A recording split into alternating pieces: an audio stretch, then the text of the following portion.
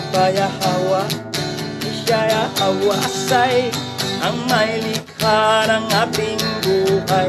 Abaya Hawa ay dapat magpatuli at ang iyong mga aliping lalaki ay tutuliin din. Ang bili ni Hawa kay Abraham, sinabi niya, pananatilihin mong malinis ang iyong buhay dito sa lupa habang ikaw ay nabubuhay. Dahil ako'y makikipagtipan sa iyo. Kailangan talaga pala laging malinis ang ating buhay. Verse 18, sa edad na 8 araw ay tutuliin at ang tipan na ito ay magiging sa iyong laman bilang isang tipan na walang hanggan. Tipan na walang hanggan, ibig sabihin, hindi matatapos, tuloy-tuloy yun. Ngayon, ito yung Bible na doctorated, ha? Dinoktor to ng Vatican Canon. Binago nila, giiba nila. Tuloy, napasama si Pablo. Ako si Pablo ang nagsabi sa iyo, kapag magpatuli kayo, binabaliwala ninyo si Kristo. Ibig sabihin, dito magpatuli. Magsupot na lang tayo, magpisot, para hindi natin mabawala si Kristo. Tingnan mo yung teaching, punta tayo sa original, i-compare natin. So maraming hindi magpatuli. Kasi, magpatuli tayo, baliwa. Samantalang sinabi ni Yahweh kay Abraham, ito yung tipan na walang hanggang, yung pagtutuli. Walang katapusang tipan yun. Pero dito, di iba. Biro mo, doktrina ng galing sa Bible ng Vatican. Dito tayo sa original, ha? Ito original. Hebrew. Translated sa English. Hebrew translated sa Tagalog. Okay. Galatia chapter 5 verse 2. Narito ngayon, ako si Pablo ay nagsasabi sa inyo, kung ikaw ay tuli, ikaw ay sumusunod sa halimbawa ni Masyayak na si Yahweh dahil siya ay tuli. Sa English tayo. Kayong nanonood sa YouTube channel, ha? Here now, I tell you, if you are circumcised, you follow the example of Masyayak Yahweh because he is circumcised. Sa Tagalog, narito ngayon, ako si Pablo, ay nagsasabi sa inyo, kung ikaw ay tuli, ikaw ay sumusunod sa halimbawa ni Masyayak na si Yahweh dahil siya ay tuli. Kung magpatuli pala tayo, sumunod tayo sa halimbawa. Hindi yung sinabi sa isa na magpatuli ka, mabaliwala ka tuloy. Parang gi-encourage siya, huwag na kayo magpatuli. Alam mo na mabaho yung tik-tik eh. Gusto siguro may baho. Okay, tuloy tayo. Okay. Ngayon, tingnan natin. Natuli ba talaga si Masyayak Yahweh? Lucas chapter 2, verse 21. Original Bible to, ha? Nang 8 araw ay tinuli ang bata at ang kanyang pangalan ay Yahweh. Ito ang pangalang sinabi ng anghel bago siya naglihi. Ang pangalan talaga ng Savior, Yahweh, hindi po Jesus. Kasi kailan lang nagsimula ang salitang letter G na giimbento ni Georgian Tricino? 1524 AD. Ito pinanganak to, 3 BC pa. Pangalan Yahweh. Kung ang mga tao kasi wala talagang knowledge, meron pa namang hager ni BBM yun eh. Pero pastor yan. Si ano yon? Pangalan Sangkay. Wala. Ikaw Sangkay, pastor ka. Wala ka talagang alam. Kailan lang ba ang letter J? Sabi mo may natuklasan sa mga geographical, sa Israel na mayroon doong Jesus Christ. Ano Jesus Christ? Wala pang liturgy tapos Jesus Christ. Wala talaga. You are very ignorant. That's why sinabi ng Hosea chapter 4 verse 6, my people was destroyed because lack of knowledge. Napahamak ang aking bayan dahil walang kaalaman. Sangkay, magkanong tinanggap mo sa bayan ni Lisa? Pira-pira lang pala ang dating. Tingnan mo anong takbo ng mundo, anong takbo ng bansa, kawawa ang bansa natin. Yung ginipinsahan mo, isang drug addict na presidente. Sa in other word, bangag. Sabi niya, katatanim lang, nag-ani na tayo. Mayroon bang gano'n? Katatanim lang, tapos nag-ani na. Tingnan mo talaga, tulirong otak. Kasi, nag-cocaine kasi. Ito namang atin niya, konsentidor. Wala talaga sa puso sa taong bayan. Ang puso niya sa kanyang pamilya lang. Sorry, dahil ako'y nalungkot sa bansang Pilipinas. Ang daming naghihirap na Pilipino ngayon. Puro budol ang ginawa. Ngayon,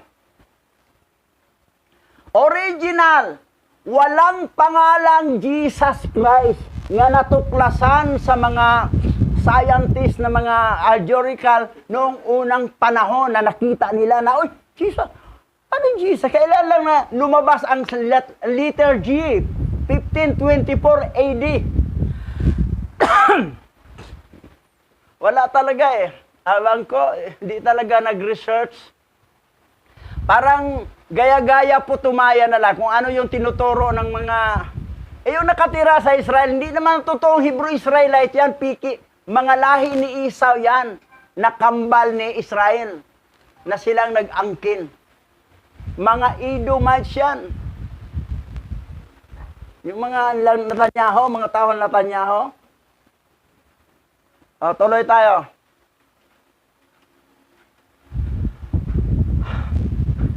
Sa Pilipos chapter 3 verse 5. Sabi kasi ng iba, si Pablo, pisot yon. Supot niya si Pablo, hindi niya nagpatuli. May isa namang nagtuturo din, natigok na ngayon. Kasi mali ang turo.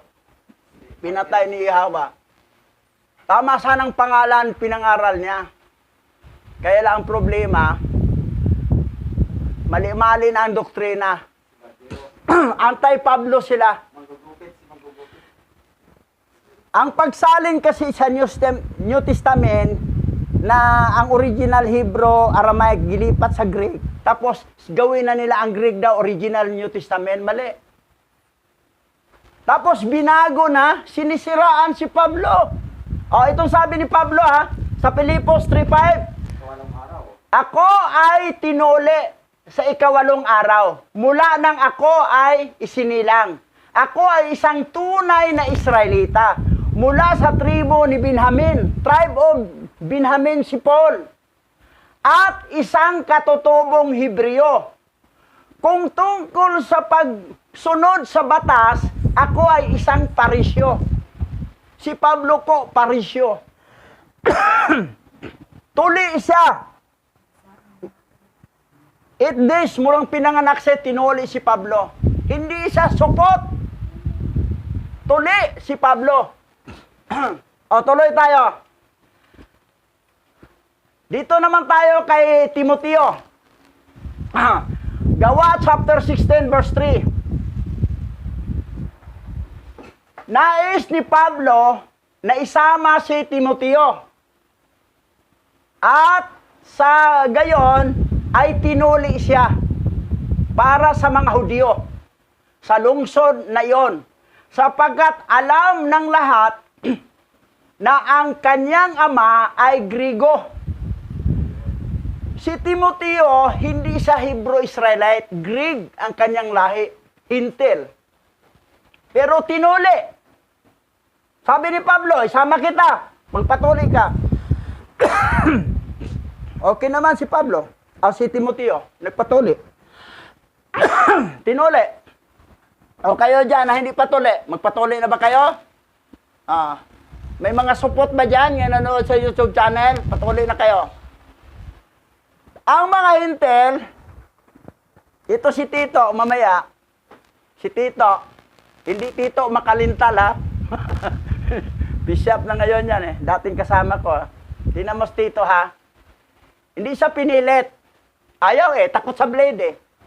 No. Sabi rito sa Galatia chapter 2 verse 3. Dito tayo sa Tagalog diretso. Bagamat si Tito ay isang Grigo. No, hindi siya Hebreo, Grigo siya. Nakasama ko, hindi siya pinilit na magpatuli. Ibig sabihin, gialok na tutuliin ka. Ayaw, hindi na pinilit. Hindi ka naman pwedeng pilitin kung hindi ka inalok. Inalok ka, magpatuli ka. Ayaw niya. Takot ako sa bleed, pero sa itak hindi ako takot. Parilan, suntukan, hindi ako takot. Pero pag bleed na, kutsilyo na, pagtuli, ayaw ko. Hindi na siya pinilit. Kasi ang hintel, sa totoo lang, ang hintel, sa kanyang desisyon yan, magpatuli o sa hindi, okay lang. Pero ang lahing mga Hebrew-Israelite, hindi talaga pwede hindi magpatuli.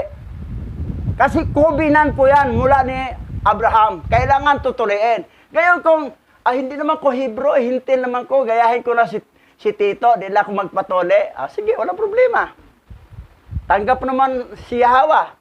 Yahweh siya nga nagkataong tao. Okay, no problem. Sa langit ka pa rin mapunta. Kasi hindi ka naman Hebrew eh.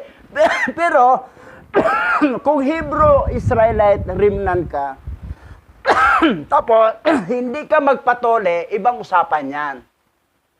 Kailangan obligado ka talagang magpatuli. Kasi kung hindi ka magpatuli, tatanggalin ka sa lahing Hebreo, ilipat ka sa hintil. Katulad yung anak ni Judah na yung asawa niya sa kanyang kapatid, na namatay ang kanyang kapatid, siya naging asawa, siya naging husband, yung binhi niya, hindi niya, hinulog niya sa labas. Yun ang kinagalit ni Yahweh at tinanggal siya bilang Hebrew-Israelite at doon na siya nabilang sa mga hintil. Itong mga remnant Hebrew-Israelite, takot kayo sa blade, takot kayo sa kutsilyong tutuloyin, tanggal kayo sa pagka-Hebrew-Israelite, hintil na lang kayo. Pareho na kayo ni Tito. Si Tito, takot to sa blade, takot sa kutsilyo. Pero sa awa ito suntukan, barilan, hindi to natatakot. O diyo? Bagamat si Tito ay isang Grigo, nakasama ko, hindi siya pinilit na magpatuli. Ang salita kasing pinilit, inalok yun. Tapos ayaw niya, huwag nang pilitin, hayaan mo na siya. Wala yung pinilit, hindi sinabihan. Hindi naman ko sinabihan magpatuli, hindi ko patuli. Salitang pinilit, ibig sabihin, sinabihan. Kaya tumanggi siya, hindi na lang pinilit. Yan po ang meaning ng pinilit. Force, not force. Although Titus was agreed with me, he was not forced to be circumcised. Bakit? Ito, tuloy natin. Dito tayo sa Joshua chapter 5 verse 2. Ito yung batas talaga, sabi rito. Sa wikang Tagalog, Palyo Hebrew to Sinabi ni Yahweh kay Joshua, kumuha ka ng matalas na bato. Wala pang kutsilyo ng panahon, wala pang blade noon. Matalas na bato. At putulin mo ito na parang martilyo. At sa lahat ng lalaki sa Israel, tuliin mo ang mga hindi pa tuli. Bato, matalas. Gawin martilyo kasi pagpasok doon, biyak. Ayan, tuli na. Ganon yun Yung doon, sawag doon, pakang Ipapakang. Ipasok yung kahoy doon. O yung isang matigas na bato ipasok, tapos pukpukin naman sa taas, ang matalas na martilyo. Biyak. Ayan, tuli na. Masakit yan, masakit. Ako naman, naalala ko, yung pinatuli ako ni Papa, sabi niya, sa doktor kita ipatuli. Kasi walang sakit, anesthesia. Yun ay anesthesia eh. Pag ganun, wala akong naramdaman. Sabi ko, Dok, tapos na ba? Tapos na. Wala akong naramdaman. Naka-anesthesia eh. Pero pag wala anesthesia, aray ko. Maramdaman mo na sakit pag ma-expire na anesthesia. Yung sugat, doon mo na maramdaman ang sakit. Yung mga sugat. Gayon, dito tayo sa Bisaya. Paleo Hebrew, Bible, translate to Tagalog. Paleo Hebrew, translate to English. Sa Bisaya tayo, may gi-translate ko sa Bisaya, ito. Ito na ang last verse natin. Ganon pa rin ha. Joshua chapter 5 verse 2. Si Hawa miingon kang Joshua. Pagkuha og hait na nga bato og putla sama sa martilyo. Og ang tanang lalaki sa Israel tulion nimo ang pisot. Tuliin nimo ang pisot. Kung sino mga pisot na mga Hebrew Israelite, tuliin mo. Oh, sino? Mga Israel, mga lalaki sa Israel. Kasi sa Israel, compulsory talaga magpatuloy. Patuloy kung lahi kang Hebrew Israelite. Pero kung hintil ka naman, ayaw mo, hindi ka pilitin, katulad kay Tito. Pero si Timoteo, hintil naman, nagpatuloy naman si Timoteo eh. Hindi naman siya takot sa blade at saka sa kutsilyo. Pero si Tito, ayaw niya. O, hindi na pinilit. At least tanggap naman niya si Hawa, at saka Hawa siya. Okay na yun. Sa langit pa rin mapunta. Pero may dugong Hebrew Israelite, Rimnan, ayaw magpatuli, langit pa rin. Kaya lang, doon na siya sa bansang hintil na siya. Doon na siya titira. Hindi na siya makatira sa New Jerusalem. Doon na siya sa parang ng mga hintil. Hindi na sa parang doon sa mga Hebrew Israelite. Kasi hindi nagpatuli eh. Takot sa blade eh. Pero pag suntukan, barilan, itakan, hindi natakot. Pero pag ano na, kutsilyo na, para pantuli, at saka blade, ayaw, takot. Gusto siya manatiling pisot.